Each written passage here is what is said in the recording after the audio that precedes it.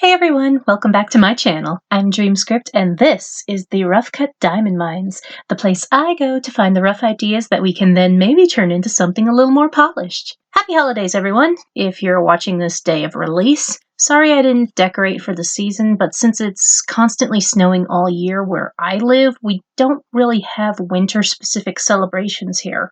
The only reason I know about them myself is because my proper job here in the depths gives me access to a lot of information from other realms. These mines are just my passion project after all. But with that small note out of the way, let's get to why you're all actually here. It's day 12 of the Cursed Relics Art Challenge and we've got some fun stuff for this one. So, day 12 on our prompt list is a key. And personally, the idea of a cursed key is really fun as far as I'm concerned. There are so many different stories where a key is a huge element in making the story go the way it does. I mean, we have Coraline, the Owl House series, all of the Kingdom Hearts franchise. There's a nice spooky RPG book that uses keys as an important mechanic, and literally any story where the characters routinely travel from one world to another via common doorways. Even I have this entire story I'm working on that uses keys as a major story element for the way the world I'm making function. This is an item prompt that is very near and dear to my heart already, so I wanted to make sure that I do it some decent justice. Now, just a key in and of itself is merely a tool to unlock things. Doors, trunks, homes, lockers, any number of things. It really all depends on what other elements you attach to it. Speaking of, we should probably start this one with the curse severity so I know what I need to work with for this artifact. Let's spin that wheel! Hey, it's Other! We haven't had one of those since the start of all this with the mask. And this means that the item isn't necessarily cursed in the traditional sense like all the others have been, so I can play with some other stuff this time around and... Wait! This means I don't have to make this one nasty! I just get to make a weirdly enchanted key! Yes! And I know exactly what sticker I'm going to pair with this now. This sticker I've been saving for a while now, and with this outcome on the wheel, this is the perfect chance I have to use it. A gem filled with a liquid universe. A literal endless void of potential and possibility. That's right, people. We're making a key to the gateway of the endless expanse. And this would normally be the part where we go straight into the speed draw portion of the video. But for this artifact, I think I need something to stabilize it so it doesn't explode on me. Which isn't something I can find in these mines, unfortunately. That kind of stuff is also dangerous in its own way. But, luckily, I know just the person to help me out with that. Hang on 1 second. No, you lot can't fight Christmas again. The last time you did that, Krampus came out and started putting up a fight. Then good old St. Nick joined Krampus and I had to step in before you lot destroyed Russia. Moonlight Kitsune! Who, what, when, how, where, what, who, huh? Oh. Hi, Dreamscript. Hi, kids! How you been doing? Doing good? Have I told you you're my favorite dimension-hopping entity lately? What do you want? Want? Do I really need to want something to visit the best kitsune ever? Why are you looking at my tails like that? I was just hoping you might... No. I haven't even finished asking yet! Doesn't matter. I know that look. You want something to help with dimension travel, don't you? Maybe. Of course. Well, let's hear it then. What do you want this time? I want some of your fur as an ingredient for an artifact I want to make. Is this for that series of cursed artifacts you're making? Maybe. But this one isn't going to be dangerous, I swear. Your track record gives me plenty of reason not to trust that statement. You know that, right? Eventually one of these things is going to end up locked away in one of my vaults. Oh, come on, kids. Please, pretty please. As a holiday present? For a friend? Please? Oh, for the love of... I'll let you have first picks when my next cracking hits. Bribery. Fine. You can have some, but only take some of the fur that's already shed. Got it? Thanks, kids. You're the best. Bye! Hey, wait, no! Don't take the whole bag. Dreamscript! Okay, I'm back. Boy, all those tails really shed a lot of fur, don't they? Let's get this artifact going before he tries to take it all back. Dream? To the refinery!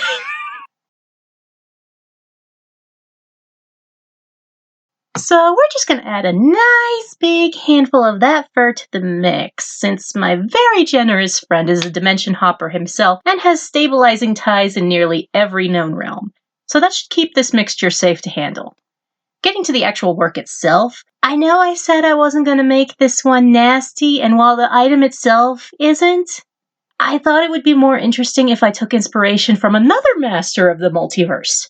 I haven't mentioned this before, but I am quite the regular visitor to a particular carnival that is known, especially among those on the clock app, as some like to call it. And the Dark Ringmaster that runs the whole affair has a bit of history with beings that can naturally travel dimensions, specifically those known as planeswalkers. If you have seen some of the bestiary material created for the Dark Carnival, you may know about a particular undead variant created by the twisted experiments of the Dark Ringmaster himself. One known as a Spark Hollow, the horrifying remains of a once living planeswalker, now world-locked in death. The spark that once allowed them the freedom to travel realms beyond, now snuffed, and left with nothing but rage for any of their former kin. The Dark Ringmaster is said to be trying to find ways to artificially create those sparks that create planeswalkers, but by the existence of the Spark Hollows, it seems he's not had the best of luck in doing that. However, my thought became, what happens to all the energy of those sparks when the planeswalker dies? I mean, it takes a lot of magic to be able to travel dimensions, and those bastards are just doing it as a feature? And I'm expected to believe that all that power and energy and magic goes nowhere when they die? Yeah, no, I don't buy that for 1 second. And if you actually think that the Dark Ringmaster or any of his Necrorites haven't found some way to harness that energy, you're lying to yourself. Badly. So, imagine with me, if you will, the dying gasps of a plane walker, reaching desperately for their natural ability to potentially send themselves somewhere, anywhere away from this place, possibly in an attempt to escape their ultimate demise. But they have been bound into this place by another force, and while they are reaching for that power, the sparks that signal their jump attempt start to fly, and that's exactly what their assailant has been waiting for. A switch is flipped, and the planeswalker dies, screaming in pain as their spark and its power is drained from them, leaving only a husk behind. And the potential of the multiverse is now the most potent version of bottled lightning. It's raw power in its purest form, unfocused and chaotic. But what to do with it? Well, obviously, the thing that would be the most fun for the minds like those of the Dark Carnival is to put that energy into a small, common, easily overlooked item, and let its ability do the rest. But when the power of a planeswalker is not tied to an active consciousness, it will be able to make a jump. But not even the Dark Ringmaster himself will know where you will be taken. So good luck getting back to your homeworld, wayward traveler. As warning, let me tell you the tale of the first that fell victim to the key of the endless expanse. Everyone knows the stories of planeswalkers, those rare, random sparks of magic that ignite into power to traverse the multiverse under their own steam. And though they are incredibly rare, those stories of them are the things of legends. Stories of glory, of discovery, of friendships that span centuries, of the duties that come from traveling between worlds as emissaries, or of the crushing loneliness of traveling for so long. All of these are stories known to the wide-eyed guests of the Dark Carnival as it welcomes all to their grand show of magic, macabre, and mischief. The glittering lights of the carnival display creatures beyond comprehension and items of grand wonder. Among the treasures and delights, a single key is offered as a prize at one of the game stalls. Not the top prize, but definitely one of the better prizes for that particular game. A game that even children could easily master. With the victory of a young man at the booth, the carny hands them the key with a wide grin. "Travel far, young man," they say as they do. He doesn't understand what they mean by that, or even why a weird little key was a prize. It looks like any other key he's ever seen. Made of simple metal, only a little fancier with a gem set in the head of it. But there's a strange warmth to the metal, like it's been lying in a warm sunbeam. Maybe there is something to this. Later that night, as the young man returns home, he's messing around with the key, still curious as to what it is and what it could possibly go to.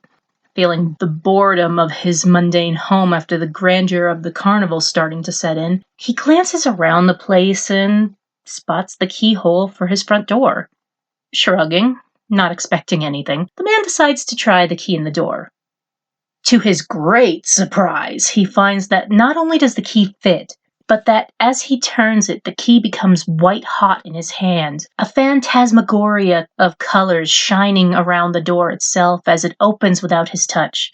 Beyond the door is not his moonlit front garden, but a dense forest with dappled sunlight pouring through the leaves. A thrill of excitement runs through the man as he eagerly steps through the door, grabbing the key as he does. The door closes behind him, and he looks around to see that he's standing among the ruins of an old castle in the middle of a forest. How a doorway kept its door and lock way out here is a mystery, but one that's not at the forefront of his mind. His energy and excitement renewed, the man spends as much time as he has daylight in this place exploring. The forest is filled with all kinds of plants and wildlife that he's never seen before. Never even heard of before now. As the sun starts to set in the distance, he makes his way back to the castle ruins, humming slightly, eager to tell his friends back home of his adventure. He sticks the key back in the door's keyhole and watches as the magic of it takes place again. But instead of opening back into his old living room, the portal opens to another realm completely. The smile on his face falters slightly at this. He's more confused than scared at first. Maybe he just tried the wrong door. He closes the door, grabbing the key and hurrying through the ruins as he tries to find the correct door he came from. He tries another. And another. And another. And each time, it opens to a different realm. Now he's starting to panic. Night is rapidly falling, and the night seems to be waking more creatures than he realized lived in the woods, the sounds of them hiding in the shadows, making his rising panic feeling more and more justified. Eventually, the sounds start getting close enough to where he's fumbling with another door of the ruins, that when he sees the glow of sunlight in the next realm, he hurries through, not waiting to see what's lurking in that forest. He doesn't know how long this pattern continues. Days, weeks, months possibly. He's not sleeping often enough to be able to truly keep track. Each time he tries the key in a door, the portal that opens is one to a world he knows little to nothing of. Some places he can't even speak the language of the locals he runs into. But thankfully, there do seem to be some small universal gestures he can use to communicate.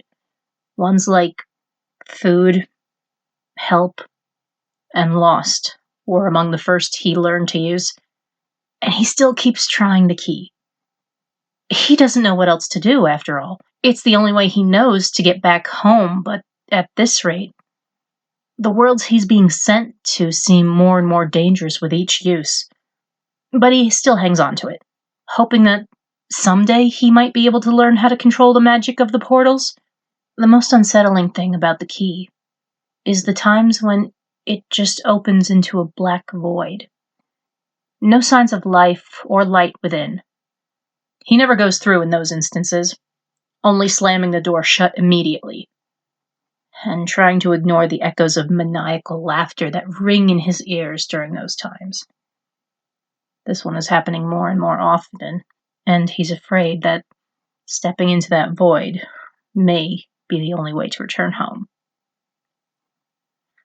Oh, that was one of the best ones yet. If there are any Darklings watching at this point, I hope you all enjoyed that. For everyone else, thanks for watching this far into the video. There's only a few more of these cursed relics left, and we're keeping this going until the end. I may or may not take the last weekend of this year off, but if so, I'll hopefully see you all in the next speed draw for the new year. Until then, sweet dreams, and here's to all the little things that bring out the magic in you. Did you just throw somebody unsupervised into the multiverse?